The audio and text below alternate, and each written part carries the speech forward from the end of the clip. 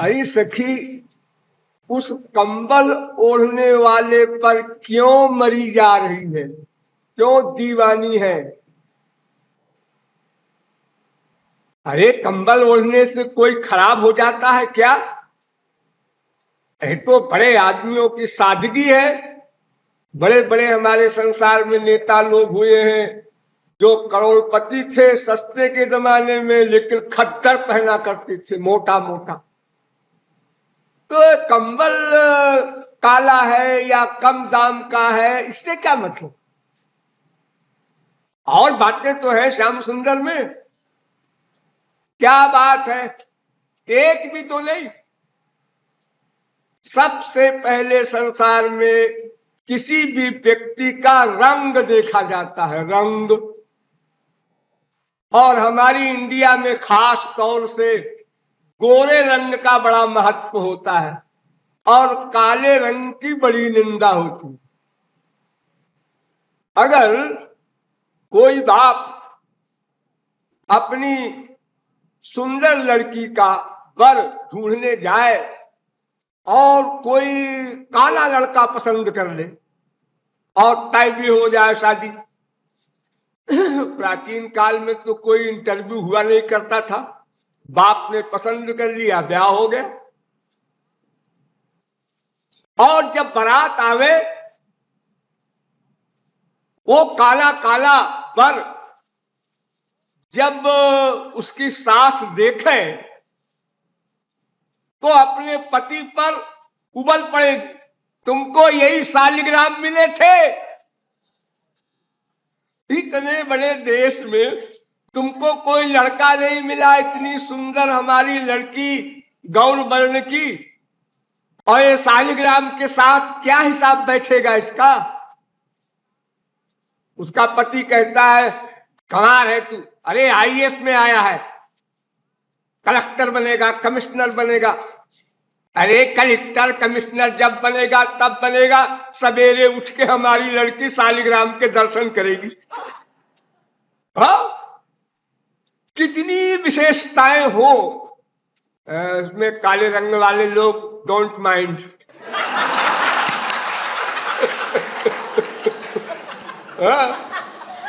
तो ठाकुर जी का रंग काला है। तू कहती है कि खाली कंबल ओढ़ने से क्या होता है, अरे रंग भी तो काला है। सखी चुप हो गई कि हाँ है तो काला, विश्व विख्यात काला, सनातन काला। आप लोगों का रंग जो इस समय है अगले जन्म में बदल जाएगा, लेकिन भगवान का रंग कभी नहीं बदलेगा, सनातन है। तो संसार में किसी के ऊपर मुसीबत आती है, 2 दिन 4 दिन, 2 साल 4 साल 10 साल, जिंदगी भर धर लो, उसके बाद तो छुट्टी मिलेगी उससे। लेकिन ठाकुर जी को कभी छुट्टी नहीं मिलनी है, उसी काले रंग में रहना पड़ेगा अनंत काल तक। दूसरी बात एक और कि प्राचीन काल में और आज भी 90% चल रहा है, वो जिस लड़के की शादी करता है बाप अपनी लड़की से, तो उसका खानदान देखता है। अरे उसको देखता है, इतने नहीं, एक किसका बेटा है, वो कैसा था, कैसा है, बड़ी इंक्वायरी के साथ शादी ब्याह का मामला तय होता है। तो ठाकुर जी के समान कोई खराब खानदान वाला न हुआ था और न है, और भविष्य में शायद ठाकुर जी ही होंगे और तो कोई होना नहीं किसी को। क्या बात है वो, 2 बाप 2 मां। ठाकुर जी के बाप को जब पूछेगा लड़की वाला बाप, इनके पिता का नाम क्या है, तो कुछ लोग कहेंगे वसुदेव, कुछ लोग कहेंगे नंद। है क्या मतलब, 2 बाप कैसे? अरे 2 बाप होना तो असंभव नहीं है, 2 मां भी है इनके। ये सबसे बड़ा आश्चर्य। यशोदा चैलेंज करती है, मेरे पेट से पैदा हुआ है। देवकी चैलेंज करती है, मेरा बेटा है। और दोनों शास्त्रों में लिखा है सारे महात्माओं ने एडमिट किया है, देवकी नंदन यशोदा नंदन वसुदेव सुतः नंद सुतः। ये कोई ऐसी नहीं कि उड़ी पड़ी खबर है। वेद व्यास वगैरह बड़े बड़े भगवान के अवतार लोगों ने भी यही लिखा है कि इनके 2 बाप पक्के हैं, 2 मां पक्की है, कोई अफवाह नहीं है। तो बताओ ऐसा बाप जो अपनी बेटी का ब्याह करने जाएगा, ये हाल सुनेगा तो कहेगा भाई ठीक है नमस्कार, हम किसी को क्या बताएंगे कि लड़के के बाप का क्या नाम है। अरे आजकल निमंत्रण पत्र में बाप का नाम छपता है तो 2 नाम छपवाओ, क्या करें, बड़ी बदनामी की बात है। और अगर एक नाम छपवावे तो दूसरा जो है मुकदमा दायर कर दे, क्यों जी हमारे बेटे को तुमने दूसरे का बेटा लिख दिया, ये हमारी इंसल्ट है। तो बता, जिसका खानदान भी खराब, रंग भी खराब, काला कंबल ओढ़ता है, उसके विषय में कहती है कि और बातें तो ठीक है, कौन सी बात ठीक है। कामरी वारे पे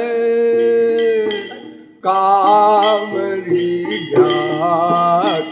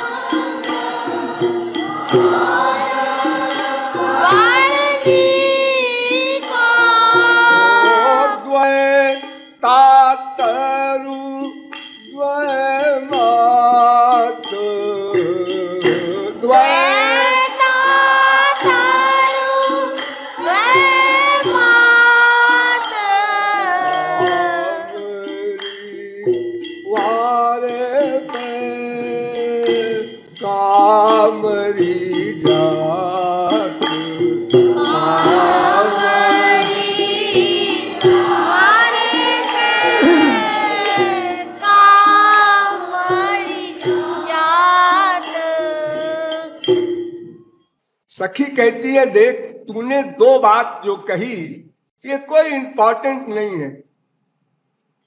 संसार में जब किसी से प्यार हो जाता है तो प्यार ही एक ऐसा तत्व है कि काले में भी उसको सुख मिलने लगता है। किसी का बच्चा काला हो और पड़ोसी का बच्चा बड़ा गोरा हो, और काले वाले की मां से कहो कि गोरे वाले बच्चे को चिपटा के देख तो ज्यादा सुख मिलेगा, तो वो मां जब अपने बच्चे को चिपटाती है तो कहती है अरे उसके चिपटाने में क्या सुख मिलेगा, ये हमारा बेटा, इसका मुंह, इसकी आंख, इसकी नाक, इसकी हर बात, अरे इसका मुकाबला क्या करेगा वो।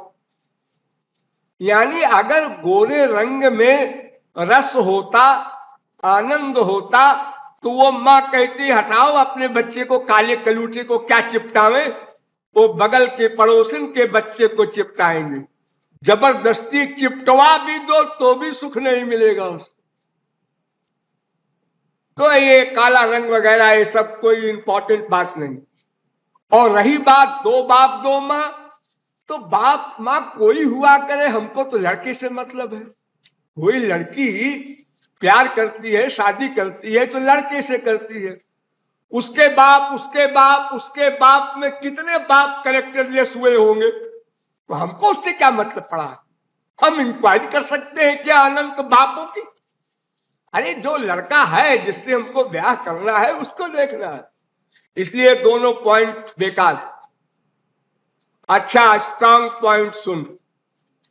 संसार में कोई लड़की किसी भी लड़के से शादी करे, प्यार करे, तो सबसे पहली उसकी शर्त होती है कि वो हमसे अधिक प्यार करे। जितना मैं करती हूं या करूं उससे भी अधिक करे, और कम से कम अधिक न करे तो उतना तो करे। लेकिन ठाकुर जी वज्रादपि कठोराणि, अनंत कोटि ब्रह्मांड में ठाकुर जी के समान कोई बेपीर नहीं हो सकता। बेपीर देखो, इतने सारे बच्चे अनंत ब्रह्मांड के दुखी हैं और ठाकुर जी मुस्कुराते रहते हैं, कोई असर ही नहीं हो रहा उनके ऊपर। जीवों को माया इस प्रकार 84 लाख में घुमा रही है, लेकिन उनको कोई असर नहीं। और अवतार काल में भी जो हजारों से प्यार करता है, वो जिस समय जिससे प्यार करेगा उसके लिए वो मान लिया कि बेपीर नहीं रहेगा, बाकी के लिए तो बेपीर रहेगा ही। और फिर भगवान का जो ओरिजिनल है स्वरूप, वो भी ऐसा ही है। कुलिसहु चाहि कठोर यति, ये वे महात्मा लोग कह रहे हैं जिन्होंने अनुभव किया है। बड़ा कठोर हृदय है। अनंत कोटि ब्रह्मांड में अनादिकाल से अब तक जितने प्रेम करने वाले हुए हैं भगवान से, उन सब में टॉप करती हैं गोपियां। उनको छोड़ के चले गए द्वारिका पे, लौट के नहीं आए। बताओ इससे बड़ी क्या एग्जाम्पल होगी। यानी ठाकुर जी का हृदय भी घोर निष्ठुरता का है। सह सकेगी उस निष्ठुरता को? असंभव है। अब भी सोच ले। सखी ने कहा ये बात तो सीरियस है। और देख उनकी जाति भी कैसी, कोई ठिकाना नहीं। एक पार्टी कहती है क्षत्रिय पुत्र है, एक पार्टी कहती है नहीं नहीं वैश्य के पुत्र हैं, बनिया के लड़के हैं। वास्तव में ये वसुदेव और नंद ये दोनों भाई भाई हैं। वसुदेव और नंद के जो बाप थे उनके दो बीवी थी, एक क्षत्रिय कन्या थी, एक वैश्य कन्या थी। तो क्षत्रिय कन्या से पैदा हुए वसुदेव और वैश्य कन्या से पैदा हुए नंद जी। मां अलग अलग है, बाप एक। तो नंद जी ने अपनी मां के अनुसार अपना गोत्र माना। मां वैश्य पुत्री थी, इसलिए उन्होंने कहा मैं भी वैश्य मानता हूं, वैश्य डिक्लेयर करता हूं अपने को। और वसुदेव तो कोई सवाल ही नहीं, क्योंकि बाप क्षत्रिय थे ही, मां भी क्षत्रिय पुत्री थी, इसलिए वो तो क्षत्रिय बने रहे और नंद जी वैश्य बन गए। अब जो ये मानता है कि ये नंद कुमार है, उसको ये भी मानना पड़ेगा कि वैश्य कुमार है, बढ़िया है ठाकुर जी। और जो ये मानेगा कि नहीं ये वसुदेव के सुत हैं, वो क्षत्रिय मानेगा। यानी जैसे माँ बाप में विवाद है, ऐसे ही उनकी जाति में भी विवाद है। और प्रख्यात है वही अहीर जाति के हैं। आभीर वैश्य को कहते हैं, जो गाय चराया करते हैं। उनका वेदों में निरूपण है कि वैश्य का धर्म है पशुपालन। तो सखी, हृदय भी कठोर, जाति भी खराब, और इससे खतरनाक बात हरजाई है। वो कहते हैं जो जीव मुझको जो कुछ मान लेगा और जितना प्यार करेगा, मैं भी उसको वैसे ही मान लूंगा, वैसा ही प्यार करूंगा। उसका शरीर नहीं देखूंगा, सुंदर है कि कुरूप है कि ब्राह्मण है कि क्षत्रिय है कि चांडाल है, वो चाहे कुब्जा हो। जो मुझसे प्यार करेगा उससे मैं प्यार करूंगा। और प्यार करने वाले लाखों करोड़ों अरबों अनंत हैं, इसलिए इतने सारे के अकेले प्रियतम है, इनसे बड़ा कौन हरजाई होगा। तो सखी, हृदय भी कठोर, जाति भी डाउट की, और अनंत जीवों से प्यार करने वाले ऐसे हरजाई से प्यार करके क्या पाएगी। कामरी वारे पे कामरी जात,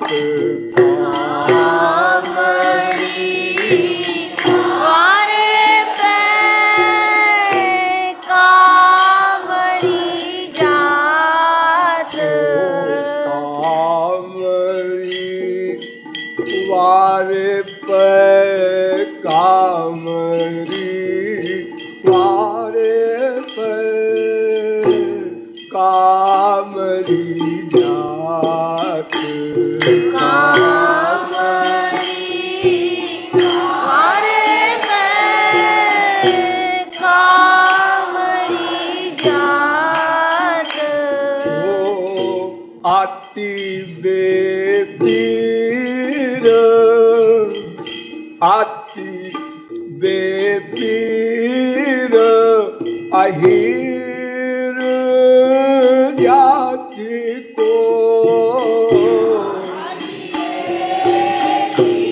अति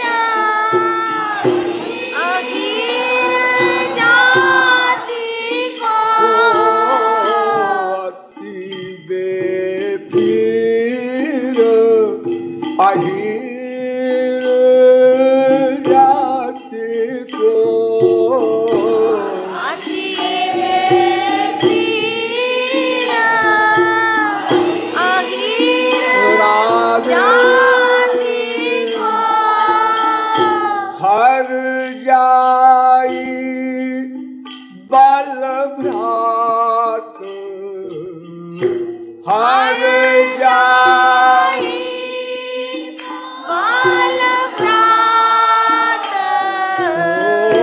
हर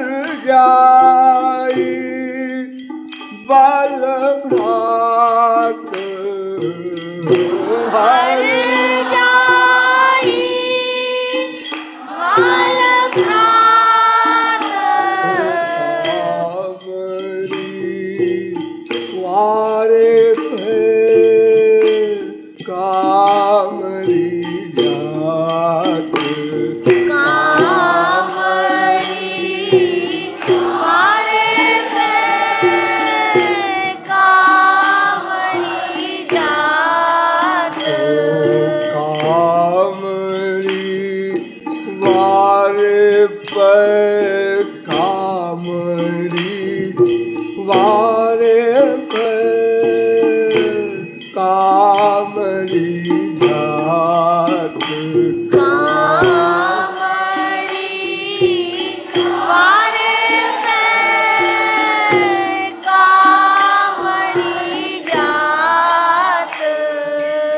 और सखी और सुन।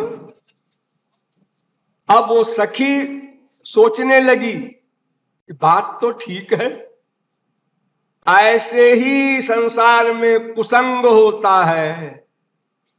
ये तो दोनों महापुरुष हैं, रसिकता की बात कर रहे हैं, लेकिन हमारे संसार में ऐसे ही जो नास्तिक लोग हैं वो आपको अपने आपके इष्ट देव के खिलाफ, आपके गुरु के खिलाफ, आपके मार्ग के खिलाफ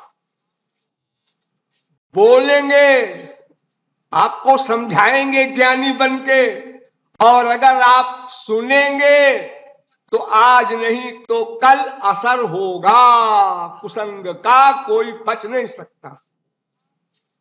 इसलिए भक्ति भक्त भगवान के विपरीत एक शब्द न सुनने की प्रतिज्ञा करनी पड़ेगी। नहीं सुनना, ठीक है ठीक है ठीक है, आपका ज्ञान अपने पास रखिए। अभी हम इस कक्षा में नहीं है कि चाहे जो कुछ कहे हमारे ऊपर असर नहीं होगा। एक कक्षा आगे मिलेगी ऐसी कि ऐसे बोलने वालों को देख करके हंसी आएगी आपको कि देखो बेचारे बेचारे कितने अज्ञानी है, ये वास्तविकता जानते ही नहीं। लेकिन उसके पहले कुसंग से बचना है। तो सखी कहती है और सुन, ठाकुर जी की चाल भी टेढ़ी, बुद्धि भी टेढ़ी और प्यार भी टेढ़ा, गति मति रति तीनों टेढ़े। और टेढ़ी चीज को समझना टेढ़ी खीर है, बड़ा कठिन है। बड़े बड़े बुद्धिमान फेल हो जाते हैं। उद्धव पर कृपा करना है, उद्धव का अहंकार मिटाना है, उद्धव को प्रेम दान देना है, लेकिन भगवान स्वयं नहीं दे सकते। उनका कानून है कि मेरा भक्त प्रेम दान करता है, मैं नहीं करता। अब देखिए टेढ़ी चाल, टेढ़ी बुद्धि की टेढ़ी चाल, टेढ़े प्रेम दिलाने के लिए उद्धव को पट्टी पढ़ाते हैं भगवान। देखो उद्धव ऐसा है, तुम तो हमारे दोस्त हो, हाँ हाँ हाँ, हमारा एक काम करोगे? अरे क्यों नहीं करेंगे, वाह कोई खराब काम नहीं है, थोड़ा लेक्चर देना है। लेक्चर तो लेक्चर देने में कौन सी प्रॉब्लम है? उसमें तो सम्मान होगा, सब लोग बैठेंगे, सुनने वाले नमस्कार करेंगे, जय जय घोष करेंगे। हाँ तो ऐसा है उद्धव कि यहां से थोड़ी दूर पर ब्रिज में गोपियां रहती हैं। हाँ हाँ रहती हैं, मुझे मालूम है। तो वो लड़कपन में उनके साथ खेले हंसे बोले हैं, तो बहुत प्यार हो गया है उनको, अटैचमेंट हो गया है। पढ़ी लिखी तो है ही बेचारी। हाँ हाँ तो आप इतने बड़े विद्वान ज्ञानी, आप जाके उनको ज्ञान दे आइए कि तुम लोग शरीर से क्यों प्यार करती हो, तुम तो आत्मा हो और आत्मा ही परमात्मा है, तो तुम स्वयं ब्रह्म हो, तुम्हारे पास क्या कमी है जो किसी से प्यार करो? उद्धव ने कहा ये तो मामूली बात है, हम समझा देंगे। हाँ बहुत अच्छे हो तो हमारे मित्र, जाओ और जाके समझाओ और उनको बिचारियों को हमारे वियोग में जो कष्ट है उससे छुटकारा मिले उनको। और उद्धव बेवकूफ बन गए, ये ठाकुर जी की टेढ़ी चाल के चक्कर में आ गए और बड़े शान से गए। गोपियों ने ये जान लिया कि श्री कृष्ण ने भेजा है, उनके सखा है, तो सब ने सम्मान किया। अरे संसार में जब किसी लड़की का ब्याह होता है और ससुराल जाती है पहली बार, तो उसके मायके का नौकर भी अगर पहुंच जाता है तो बड़ी विभोर हो जाती है, हमारे मायके से आया है। ऐसा हमारा ख्याल है, बाकी आप लोगों का अनुभव जाने।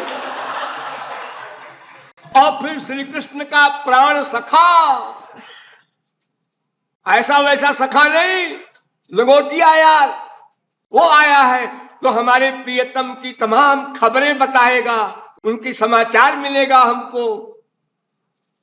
ये सब खुशी हो रही है। तो गोपियों ने बहुत सम्मान किया, ऊंची गद्दी पर बिठाया उद्धव को, जगत गुरु बना करके।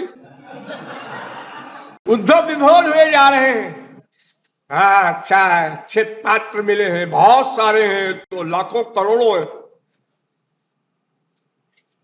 अब उद्धव ने स्पीच शुरू कर दी, अपनी लेक्चर देना, और आत्मा ये है, परमात्मा ये है, और शरीर ये है, और ये मिथ्या है, ये सत्य है, वो वेदांत अद्वैत। गोपियां से नीचे कर लिया और मुस्कुराने लगी। ये वो टेढ़े महोदय के कुछ टेढ़ी करतूत है ये। गोपियां समझ गई, वो तो अच्छी तरह जानती है ना कि उनकी गति मति रति सब टेढ़ी है। वो सुनती रही। सुनने के बाद उद्धव ने कहा, आप लोग समझे हमारे सिद्धांत को? तो गोपियों ने कहा, कुछ नहीं समझे। क्या मतलब? मतलब वो समझने वाली जो है ना मशीन, वो तुम्हारे सखा ले गए हैं। अंतःकरण जो है, ये मन नाम की जो चीज है, यही तो सुने, समझेगा, सोचेगा, विचारेगा, डिसीजन लेगा। तो मन को मनमोहन ले गए, समझे किससे? तो पहले आप जाइए, उनसे मेरा मन ले आइए, तब हमको दीजिए, तब ये लेक्चर दीजिए। जो कहते हैं बड़ी बीहड़ स्त्रियां हैं, ये कहा हम फंस गए बुरी तरह। एक गोपी ने कुछ कहा, दूसरी ने कुछ कहा, तीसरी ने कुछ कहा, ऐसी ऐसी बातें गोपियों ने कहा कि उद्धव की बुद्धि फेल हो गई। अरे उद्धव, तुम इसलिए आए हो कि हम वियोगिनी हैं? तुमको और तुम्हारे सखा गुरु घंटाल दोनों को धोखा है। हम वियोगिनी नहीं है। हमारा तो ये हाल है कि जित देखूं तित श्याममयी है। मेरे श्याम सुंदर तुम इतनी आफत किए हैं कि हमारा चलना फिरना खाना सोना हराम है। एक बार नारद जी ब्रज में गए तो वहां देखा यमुना के किनारे एक गोपी और योगियों की तरह आसन लगा करके बैठी है, आंख बंद करके निश्चल। तो नारद जी को आश्चर्य हुआ कि ब्रज में योग मार्ग कहां से आ गया। योग वगैरह तो ये अद्वैतियों का मार्ग है, बहुत पीछे रह जाता है जहां प्रेम मार्ग शुरू होता है। और ब्रज की गोपियों के मध्य में ये कौन सी योगिनी आ गई। तो नारद जी वहीं उतर गए, आकाश से जा रहे थे वहीं उतर गए और कहा, माता जी। अब माता जी तो आंख बंद किए थे, वो क्यों खोले? तो नारद जी ने बीना रख दिया और हिलाया, सुनो माता जी। तब आंख खोला। क्या है ये? तुम क्या श्री कृष्ण का ध्यान कर रही हो या ब्रह्म का ध्यान कर रही हो यहां एकांत में यमुना के किनारे बैठ के? उन्होंने कहा, बाबा जी तुम नहीं समझोगे, जाओ अपने रास्ते, ये सब हमारा अपना पर्सनल मामला है। अरे क्या नहीं समझोगे? नहीं समझोगे, बताओ ना क्या बात क्या है? ये भी कोई चोरी चमारी है क्या? अरे बाबा जी ऐसा है कि मेरी मुसीबत कर दिया है श्री कृष्ण ने, नंद कुमार ने। मैं जब लीपती हूं तो उसके ऊपर दौड़ने लगता है, खराब कर देता है उसको। हमने अपना आंगन लीपा, अब वो सूख जाए तो अच्छा लगे, गीले में उसके ऊपर दौड़ने लगता है, ऐसा मुझे लगता है। मैं धान कूटती हूं तो ऊपर हमारा मूसल पकड़ लेता है, नीचे आने नहीं देता। मैं पानी भर के चलती हूं तो घड़े में पत्थर मार देता है, कभी घड़े में धक्का मार देता है, घड़ा गिर जाता है। हर काम में मेरे डिस्टर्ब करता है। मैं परेशान हो गई हूं, उधर सास ससुर पति की डांट खाऊं और इधर इसकी ये मुसीबत सहूं। तो मैं ये सब तो नहीं पूछ रहा हूं, मैं तो पूछ रहा हूं तू ध्यान किसका कर रही है, वही तो बता रही हूं बाबा जी। तो मैं आंख बंद करके ये अभ्यास कर रही हूं कि श्याम सुंदर को हृदय से निकाल दूं। नारद जी दंग रह गए कि बड़े बड़े परमहंस तो श्याम सुंदर की एक झांकी पाने के लिए निर्विकल्प समाधि लगाते हैं, फिर भी निराश रह जाते हैं। ये गोपी श्याम सुंदर को निकालने के लिए इतनी बड़ी तरकीब लगा रही है। प्रत्याहृत्य मुनि क्षणम विषय तो यस्मिन् मनोधिप्सति बालासौ विषयेषु सज्जति मनः प्रत्याहरन्ति ततः यस्य स्फूर्ति लवाय हंत हृदये योगी समुत्कंठ्यते बालासौ मुग्धासौ किल पश्य तस्य हृदया निष्क्रांतिमाकांक्षति विदग्ध माधव। यानी ये उल्टी साधना कर रही है।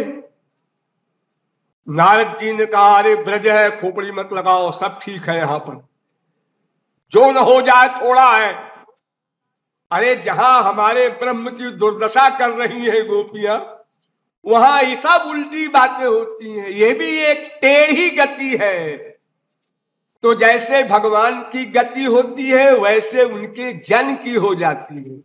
वो सारी चीजें वही आ जाती हैं उनके जन में भी, वही टेढ़ापन, वही अटपटा, सब हिसाब किताब वैसे हो जाता है महापुरुष का भी।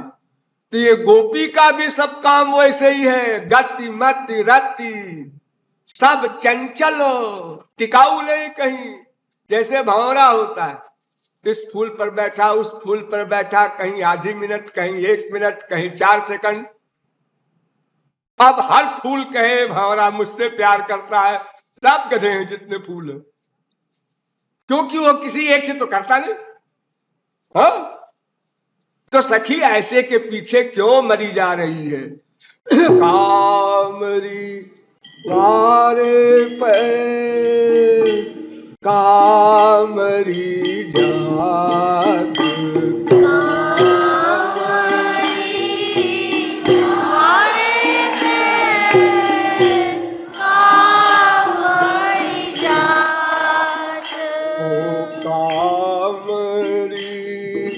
वारे पे कामरी वारे पे कामरी जात,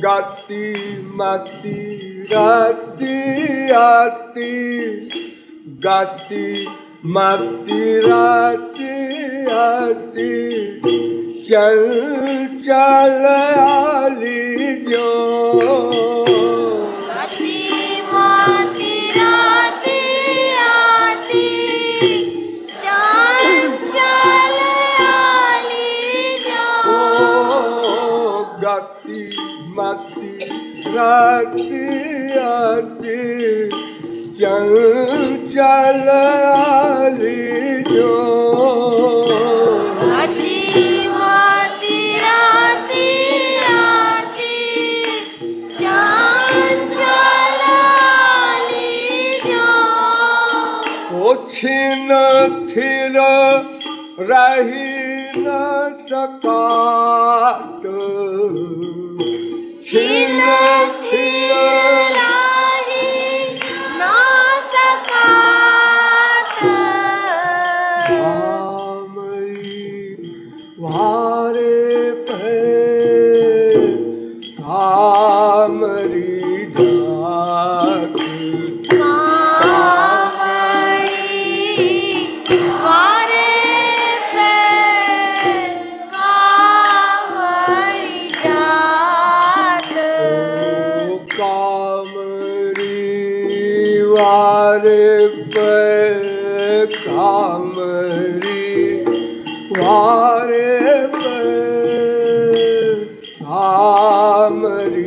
डाक वारे पे कामरी डाक और सखी जितनी बुराई मैंने बताई, इतनी बुराई भी किसी में हो और बुद्धि उसकी, ज्ञान उसका उच्च क्लास का हो, तो बहुत सी लड़कियां ऐसे लड़के को पसंद करती हैं। अरे आप बड़ा काबिल है, आप प्रतिभाशाली है, जीनियस है। अरे भाई किसी गुण पर कोई रीझ जाए तो और खराबी है, ठीक है, लेकिन काबिल कितना है। इंग्लैंड के एक बहुत बड़े फिलोसफर ने लिखा है कि इंडिया में एक बेपढ़ा लिखा गाय का चरवाहा हुआ है, उसने एक किताब बनाई है, लिखी है, जिसकी टक्कर में दुनिया में कोई किताब बनी ही नहीं आज तक। जब इंडिया के बेपढ़े लिखों का ये हाल है तो वहां के पढ़े लिखों का क्या हाल होगा। यानी ठाकुर जी बेपढ़े लिखे थे जब तक ब्रिज में रहे, ये उस समय का प्रकरण है। तो सखी जीनियस वगैरह, बड़ा ज्ञान वगैरह को तो छोड़ो, वो तो अंगूठा छाप है ठाकुर जी। हाँ, और अगर कोई बेपढ़ा लिखा भी हो लेकिन किसी ज्ञानी के संपर्क में रहे बहुत दिन, जैसे हम लोग किसी महात्मा के संपर्क में बहुत दिन जब रहते हैं तो शास्त्र वेद का ज्ञान हमको भी मिल जाता है। फिर हमारी कोई बात सुने अगर बड़ा से बड़ा विद्वान काशी का, तो कहेगा बड़ी नॉलेज है आप में जी, आपने कितने शास्त्रों का अध्ययन किया है। अरे शास्त्रों की शक्ल नहीं देखी मैंने, आप कहते हैं अध्ययन किया है। तो ऐसा भी नहीं है ठाकुर जी का, उनके जितने सखा हैं वो उनसे भी 4 कदम आगे हैं लठ गंवार।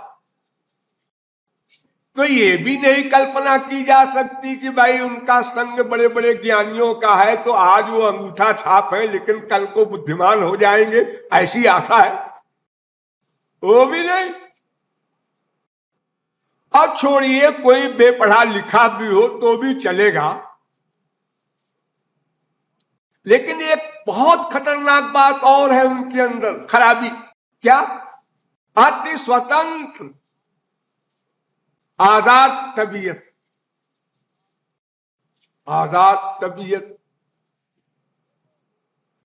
देखो पुरुष लोग जब पढ़ते हैं यूनिवर्सिटी में तो कितनी उछल कूद करते हैं, यहां जा रहे हैं, वहां दोस्तों के यहां पिकनिक में, कहीं मटर गश्ती में, और देर हो गई घर में आने में, बाप डांट रहा है, वो आज फंक्शन था कॉलेज में, ऐसे झूठी मूठी बहाने की बातें करता रहता है और सब घप जाता है, रहा होगा फंक्शन, अब रोज रोज बाप इंक्वायरी करता फिरे।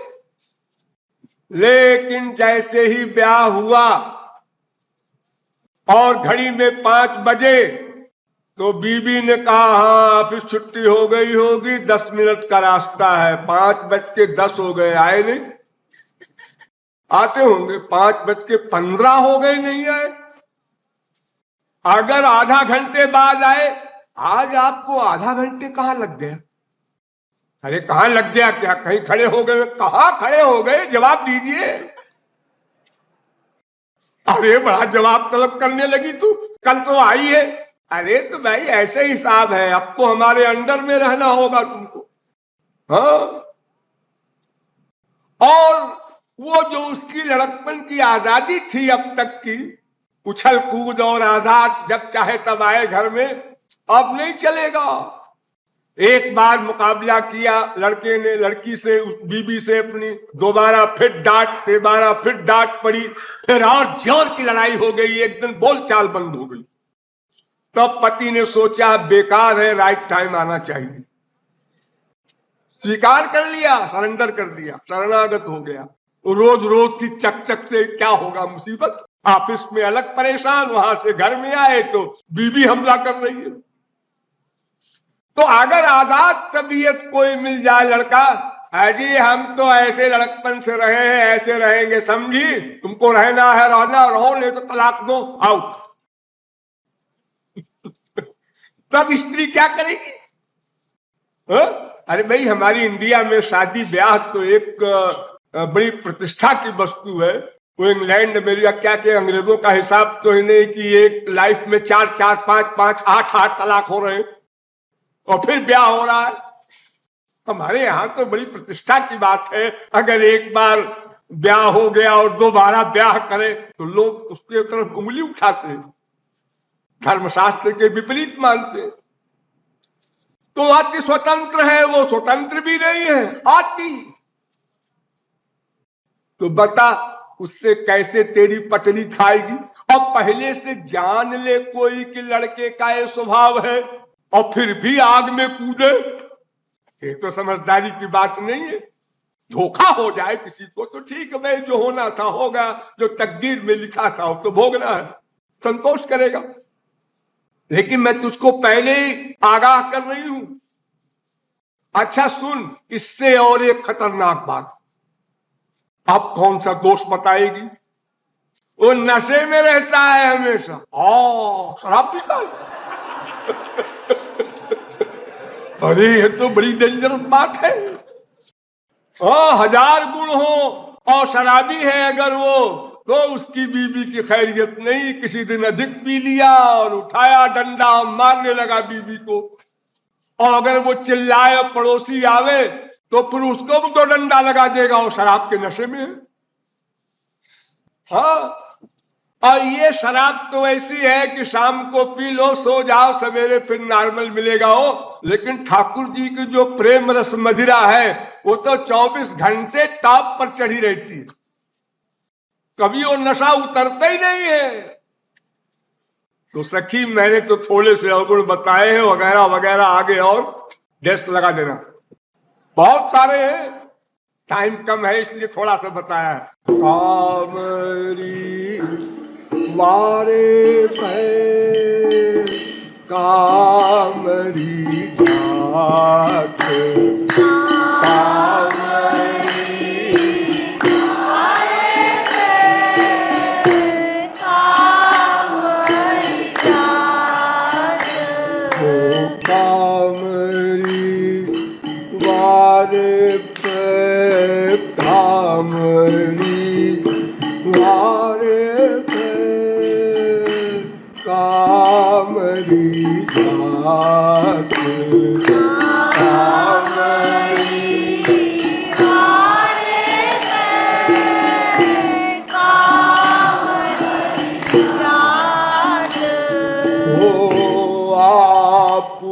गमार आपू गमार गवार ग्वार संग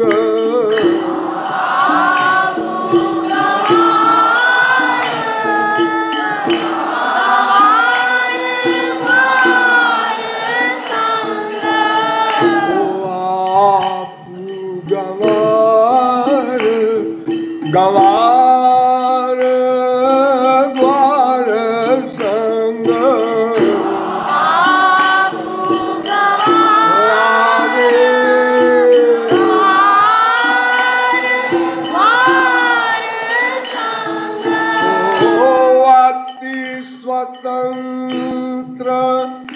मदमात अति स्वतंत्र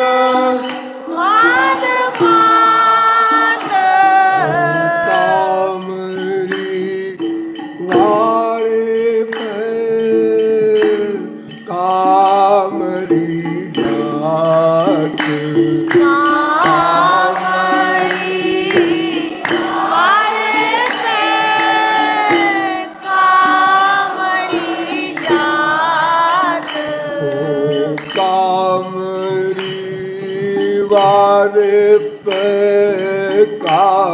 कामरी जात वारे पे कामरी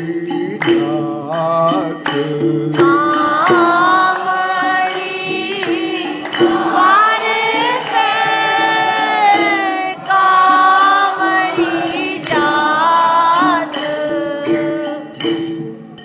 इतने में वही कृपालु पहुंच गया। कृपालु ने कहा, सखी, किसी से प्यार होने के पहले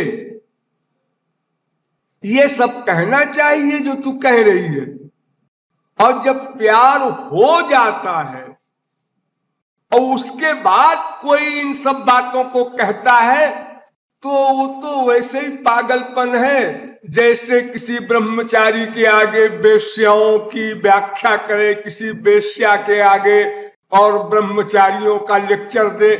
ये तो ऐसा हो जाएगा। तो इसका तो प्यार पूर्व जन्म में ही हो चुका है, और जो हो चुका है प्यार, सचमुच का प्यार, वो फिर गुण दोष नहीं देखता। गुण रहितम कामना रहितम प्रतिक्षण वर्धमानम, नारद भक्त सूत्र है। गुण देखकर प्यार नहीं हुआ करता, नेचुरल प्यार है। तो सखी ने कहा, अब तो मेरी बोलती बंद कर दिया है, कहां से आटप के कृपालु महाराज। हाँ, अरे भाई, प्यार जब होने को प्रारंभ हो उस समय ये सब हिदायत करो, और जब प्यार हो गया तो वो संसारी प्यार नहीं है कि हो गया तो क्या हो गया, अब आउट टर्न कर दो उसको। ये ईश्वरीय प्रेम है, इसको ठाकुर जी भी नहीं मिटा सकते, जीव क्या मिटाएगा। जैसे लाह होती है, लाह को पिघला दो, इतना पिघलाओ कि 100 परत के कपड़े में छन जाए। उस पतली लाह में कोई रंग छोड़ दो, फिर रंग से कहो लाह से निकल जाओ, वो कहेगा इम्पॉसिबल। लाह से कहो तुम ही रंग से निकल जाओ, इम्पॉसिबल। तो जीव ब्रह्म का कॉन्सेप्ट एक बार हो गया तो फिर उसके लिए कोई बात कही नहीं, अपने को पागल सिद्ध करना है। इसलिए चुपचाप चली जाओ, इसको पट्टी न पढ़ाओ। तुम तो गोलोक की हो, अनादिकाल से उसके चक्कर में हो, ये तो अभी अभी चक्कर में आई है। हाँ, तो बड़ा भारी घन चक्कर की बुराई क्यों करता है। कामरी वारे पे कामरी जात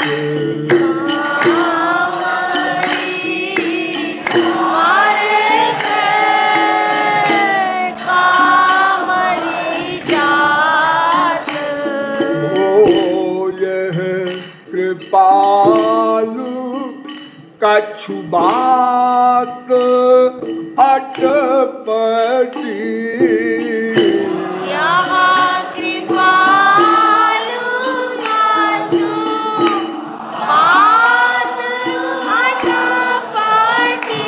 ओ यह कृपालु कछु बात अटपटी, यहाँ कृपालु कछु बात अटपटी। ओ रसिक जनन मन भात, रसिक जनन मन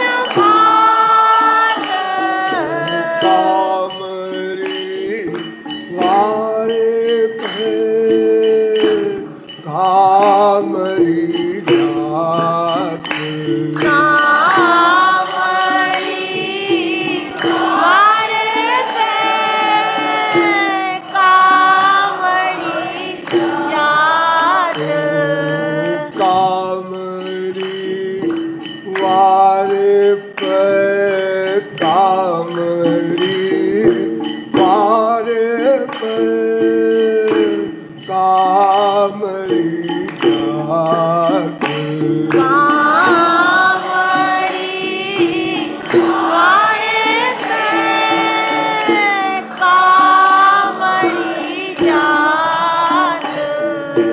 कामरी वारे कारे कन्हैया की